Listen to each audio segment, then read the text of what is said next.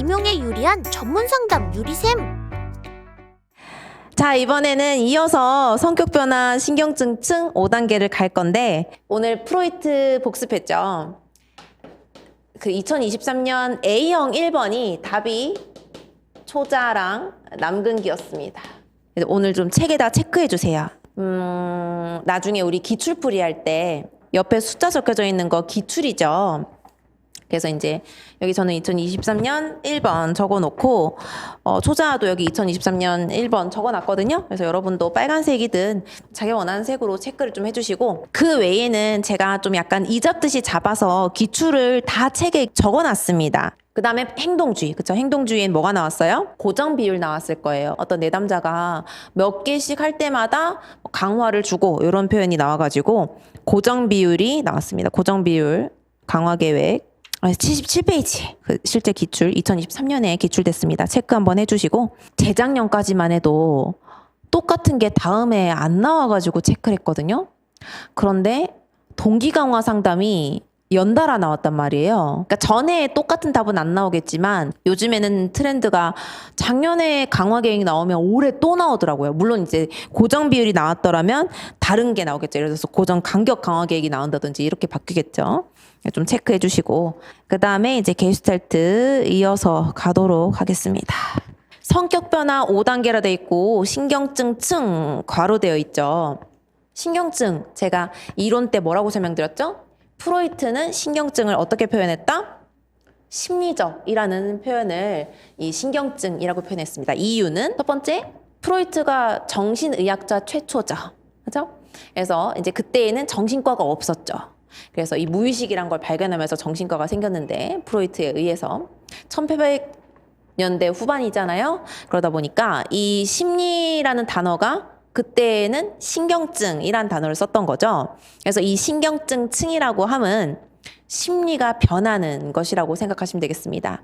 그래서 옛날 올드한 표현으로는 신경증층 5단계가 맞고요. 요거를 현재 학자들이 신경증은 약간 1800년도 얘기잖아. 근데 그 요즘에 현재에는 우리가 심리학이라는 표현을 쓰니까 이 심리 5단계보다는 사람이 변화가 되는 5단계라고 표현을 하자라고 해서 요즘 학자들은 또 성격 변화 5단계라고 표현을 합니다. 그런데 가끔씩 이제 출제자분들도 연세가 있거나 올드한 표현 좋아하신 분들은 문제에 신경증층 5단계를 쓰라라고 그런 표현을 쓰기 때문에 제가 요 신경증층이라는 게 나온다면 성격 변화 5단계 쓰시면 됩니다 하고 적어 놓은 겁니다. 그래서 이 성격 변화가 그럼 5단계가 있으니까 어떤 거예요? 자기를 모르고 있다가, 자신의 욕구와 감정을 모르고 있다가 점점 내가 뭔가를 하고 싶어, 엄마 S대 의대가 아니라 난 상담을 하고 싶어로 가는 5단계라고 보시면 되겠습니다. 그래서 5단계 하고 우리는 뭐 심리적 변화, 성격 변화 이렇게 이해하시면 됩니다. 어떻게 외우나요? 5단계니까 1, 2, 3, 4, 5가 되겠고, 여기로 갈수록 뭐예요? 진정한 내가 되겠죠. 진정한 난데, 진정한 욕구가 되겠죠. 첫 번째, 어떻게 외웁니까? 가짜 연기를 교내 외에 펼친다. 진짜 연기도 있겠고 가짜 연기도 있겠는데, 가짜 연기를 교내 외에 펼치고 다닌다 라고 외우시면 되겠고, 첫 번째 가짜 층, 두 번째 연기 층, 세 번째 교착 층, 네 번째 내파 층, 똑같이 갑니다. 외파 층. 밑으로 갈수록 진정한 욕구예요.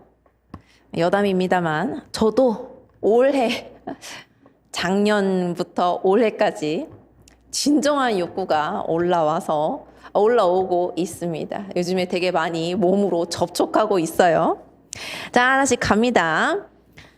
피상층, 가짜층, 클릭해, 뭐 이게 가짜라는 의미니까. 근데 이제 피상을 쓰셔도 되고 가짜 쓰셔도 되는데 저는 약간 좀 쉽게 외우려고 하는 편이거든요. 그래서 전 가짜층을 추천합니다. 진정성이 없거나 패턴화된 방식으로 다른 사람들한테 반응한 것이 되겠죠. 자, 패턴화된 방식. 이렇게 말하면 안 되나? 어떠한 샵에 들어가면 약간 반갑습니다.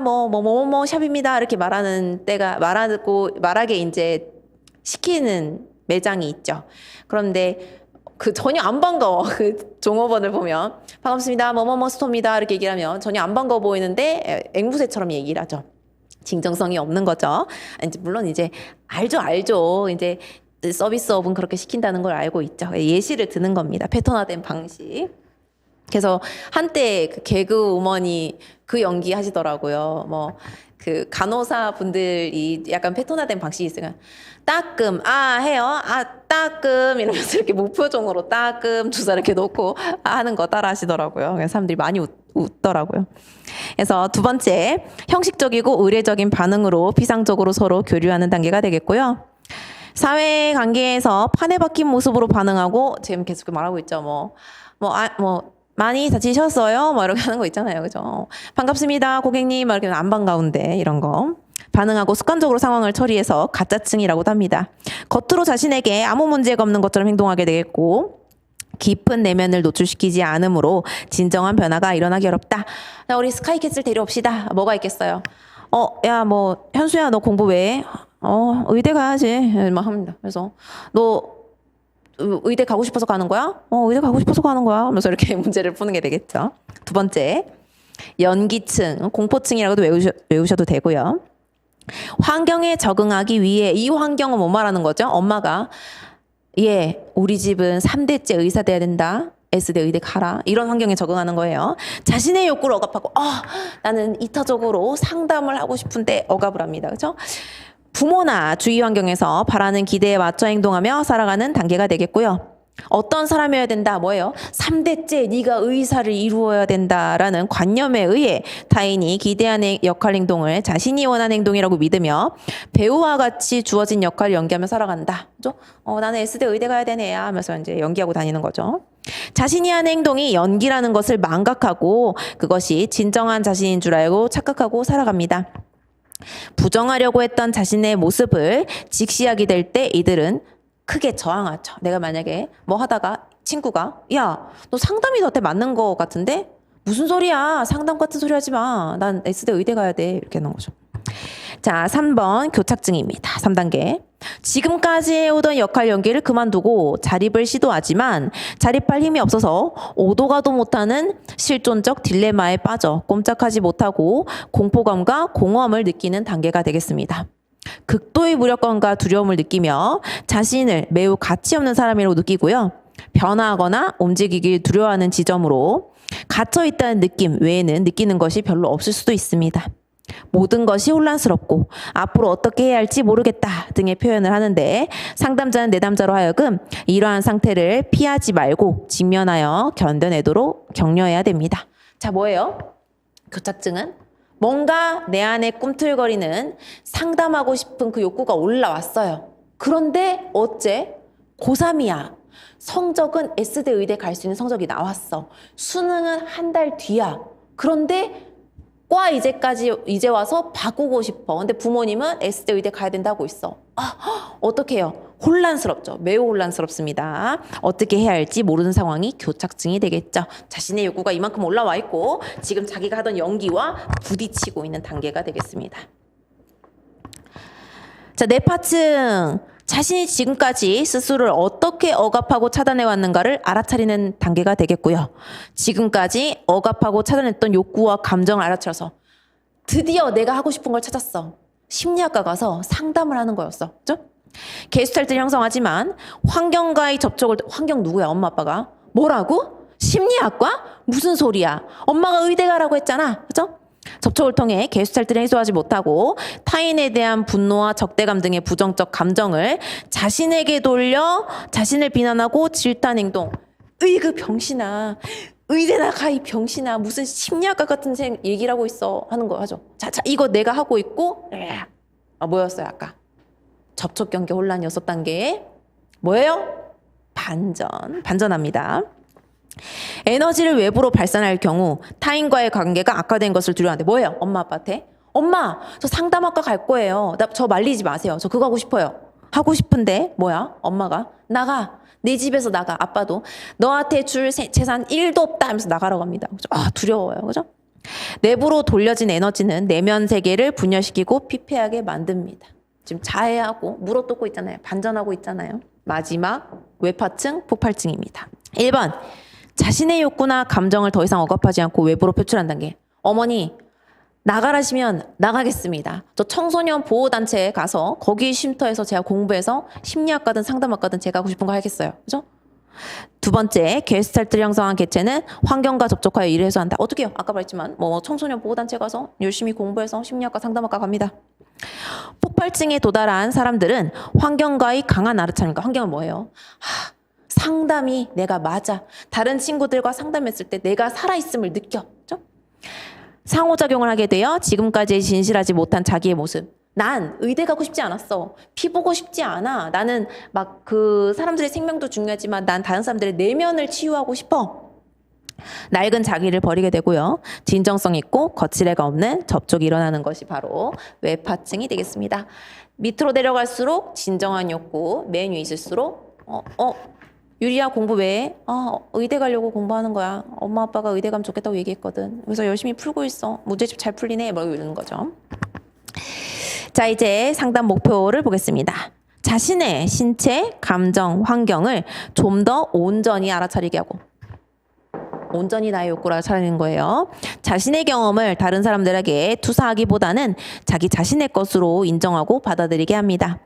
감각을 충분히 접촉함으로써 환경과 접촉하고 자기 자신의 욕구에 대해 알아차리게 됩니다. 내담자 자신이 행동하고 경험하는 것을 자각하여 자신의 느낌, 생각, 행동에 대해서 책임을 지도록 하는 것이 되겠죠. 이제부터 상담 기법 갑니다. 상담 기법 갈 때 우리 아까 맨 처음에 개념 배울 때 알아차림이 있었죠. 그래서 제가 아까 알아차림 중에 뒤에 몇 개는 필요 없고요. 또 말하면 안 되겠지. 공부하시면 좋은데 더 중점적인 것이 뭐였죠? 신체 감각, 그다음에 언어, 그다음에 뭐 책임 자각 이런 거 등등등이 있습니다. 보시죠. 자각 기법. 제가 다시 아까 어웨어니스 알아차림으로 갑니다. 우리 책 102페이지 갑니다. 102페이지. 요거 어디서 번역한 거예요? 어웨어니스예요. 이게 진짜 단어예요. 이게 진짜 단어인데 이 어웨어니스를 여러분 번역 한번 돌려보세요. 자각입니다. 자각. 그쵸? 여기 이제 영어로 그대로 자각입니다. 그럼 이제 이게 뭐냐? 직역. 심리학자들이 너무 멋대가리 없이 직역한 거 쓰지 말자. 뭔가 심리학적인 용어 없어? 자각을 심리학적인 용어로 뭐예요? 알아차림이 되겠죠. 이게 이제 의미 번역이 되겠습니다. 우리 107페이지에 자각 기법 옆에 알아차림 기법 같은 겁니다. 같은 거. 요거의 번역의 차이. 욕구와 감정 자각. 우리 아까 102페이지에 2번에 욕구가 있었고 3번에 감정이 있었죠. 같이 갑니다. 그래서 이제 상담자는 질문을 통해서 내담자의 생각이나 배우의 감정을 찾아내서 내담자가 이를 자각할 수 있도록 도와주죠. 지금 어떤 느낌인가요? 라고 묻는 거라. 지금 당신이 진짜로 네가 원하는 게 뭐야? 이렇게 묻는 거죠. 그렇죠? 그래서 당신이 원하는 것은 무엇입니까? 와 같이 질문을 해서 내담자가 자신의 욕구와 감정을 자각하고 게스탈트를 형성할 수 있게끔 환경과 접촉하도록 돕습니다. 나는 뭐뭐뭐 하고 싶다라는 문장을 3개 정도 완성해보세요 라는 문장도 쓸 수 있겠죠. 이런 문장들 있죠? 작년 시험에 문장 쓰는 시험 많이 나오덥디다잉. 빙산 탐색도 문장 쓰게 했고 베개 인지행동도 문장 쓰게 했죠? 문장 좀 봐둡시다. 문장 쓰는 거 엄청나게 많이 나와요. 지금 3년 내리 문장 쓰게 하고 있지 않아요? 그죠? 문장 씁시다. 외웁시다. 신체 자각은 신체 알아차림 기법이랑 똑같고요. 자각 옆에 알아차림 적어주시고 둘 다 쓰시면 됩니다. 자각이 알아차림. 신체 자각은 제가 보통 어떤 예시 들죠? 뭡니까? 뚜껑 열린다. 뚜껑 열린다. 뚜껑 열린다가 뭐예요? 열받아서 뚜껑 열린다. 그런데 제가 작년 12월에 날짜도 외운다. 12월 20일 날 되게 뚜껑 열린 날이 있었거든요. 얼굴이 뻘개졌습니다. 너무 열받아가지고. 그래서 신체 자각 보시면 열받네. 열받을 때 진짜 열받는 거죠. 현재 상황에서 느끼는 신체 감각에 대해서 자각하게 함으로써 자신의 감정이나 욕구 혹은 무의식적 생각을 알아차리게 해줄 수 있습니다. 우리 이럴 때 있죠. 수치심 느끼는 말을 누군가가 이제 모임에서 했어요. 그러면 낯색이 변한다라는 표현을 하잖아요. 뭐 벌개진다라든지 아니면은 내가 살인을 했는데 어떤 사람이 유리야 뭐 너 누구 죽이고 온 느낌이다라고 하면 얼굴이 막 펄해지고 하죠. 뭐예요? 신체의 자각입니다. 죽이지 않았습니다. 그렇죠? 방금 목소리가 달라졌네요. 지금 어깨를 움츠리고 있네요. 한숨을 쉬시네요가 신체 자각입니다. 환경 자각은 주위 환경에서 체험하는 것을 자각하게 하는 거죠. 그래서 주위의 사물의 모습, 자연 경관, 맛, 냄새, 소리, 촉감 등을 통해서 자각을 통해서 자신의 존재와 감정에 대한 자각이 보다 분명해집니다. 뭐 있습니까? 배고플 때 라면 냄새, 와씨 라면 먹고 싶네. 그런 게 신체 자각입니다. 환경 자각입니다. 죄송해요. 환경 자각입니다. 맛, 냄새. 그죠? 냄새를 맡고 내가 이 라면 냄새를 맡는다는 건 배가 고프다는 거구나. 자, 언어 자각 중요합니다. 아니나 다를까 2013년 1번에 나왔네요. 자, 나를 주어로 쓰게 하면서요. 하고 싶다, 하겠다, 하기 싫다 등의 주관적인 감정 언어로 바꿔 쓰게 하는데 뭐가 있을까요? 나는 할 수 없다가 아니라 나는 하지 않겠다. 로 나의 능동적인 형태로 문장을 바꿔주는 거예요. 나는 하지 않기로 했다. 이렇게 해야 한다라는 것은 예를 들어서 나 공부해야 해가 아니라 나는 상담 공부하기로 했어로 바꿔주는 겁니다. 자, 그다음에 그 친구가 자꾸 거짓말하잖아요. 제 남자친구가 자꾸 거짓말하잖아요. 라는 것이 아니라 어떻게 해요? 나는 남자친구의 거짓말 때문에 화가 나요. 라고 표현을 하는 거죠. 그 다음에 이거 정말 많이 씁니다. 조두 X라는 사람도 있고, 박병 X라는 것도 있고, 어쨌든 이렇게 TV에 성범죄자가 연속으로 그렇게 하게 되면 요즘에 이제 그 사람들이 집을 옮겨 다닐 때 다 안 받아주려고 하잖아요. 그런 사람들 보면서 정말 이해가 안 된다, 이해가 안 돼가 아니라 어떻게 해요? 나는 저 인간을 이해하지 않기로 했어 라고 문장을 쓰시면 되겠습니다. 그 다음 또 이제 우리 한 몇 년, 이제 한 5년 넘었습니다. 어떤 여자 연예인 두 분이 나와서 언니 나 싫죠라고 불렀었는데 언니 나 싫어하죠가 아니라 내가 언니 싫어하거든요가 맞는 문장이 되겠습니다. 됐죠? 책임자가 결정을 못 내리는 것은 결과에 대한 책임이 두렵기 때문이 되겠고요. 어떤 행위를 선택하지 않음으로써 책임질 의사가 없다는 것입니다. 이런 사람은 스스로 어떤 행위도 하지 못하고 어정쩡한 상태에 머무르게 되겠고요. 어떤 행위에 대해서 스스로 결정 내라고 책임지게 될 때 성숙한 인격이 된다라고 해서 책임 자각이 있습니다. 임용에 유리한 전문 상담 유리샘.